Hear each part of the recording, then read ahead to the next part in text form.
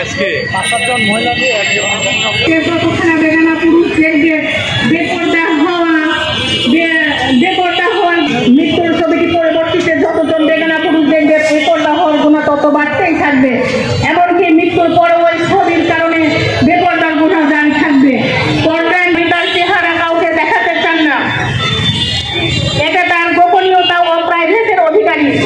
ফলে জোর করে চেহারা দেখাতে বাধ্য করা তার গোপনীয়তা বা প্রাইভেটের অধিকারী লঙ্ঘন। অর্থাৎ পর্দাশীল নারীদের পরিপূর্ণ পর্দা মেনে মৌলিক অধিকার প্রাপ্তির দাবি শুধু দিক অধিকারের মধ্যে পড়ে না, প্রাইভেটের অধিকারের মধ্যেও পড়ে। তাই দুই দিক থেকে পর্দাশীল নারীদের এই দাবি মানবাধিকার সাংবিধানিক অধিকারের অন্তর্ভুক্ত। সাংবাদিক ভাই ও বোনেরা, গত জুলাই আগস্ট ছাত্র জনতার অভ্যুত্থানের মূল লক্ষ্য ছিল বৈষম্যহীন সমাজ প্রতিষ্ঠা। গত 16 বছর শুধুমাত্র পূর্ণ পর্দা করার কারণে নারীদের সাথে যে বৈষম্য হয়েছে, আমরা ওই বৈষম্যের পরিসমাপ্তি চাই।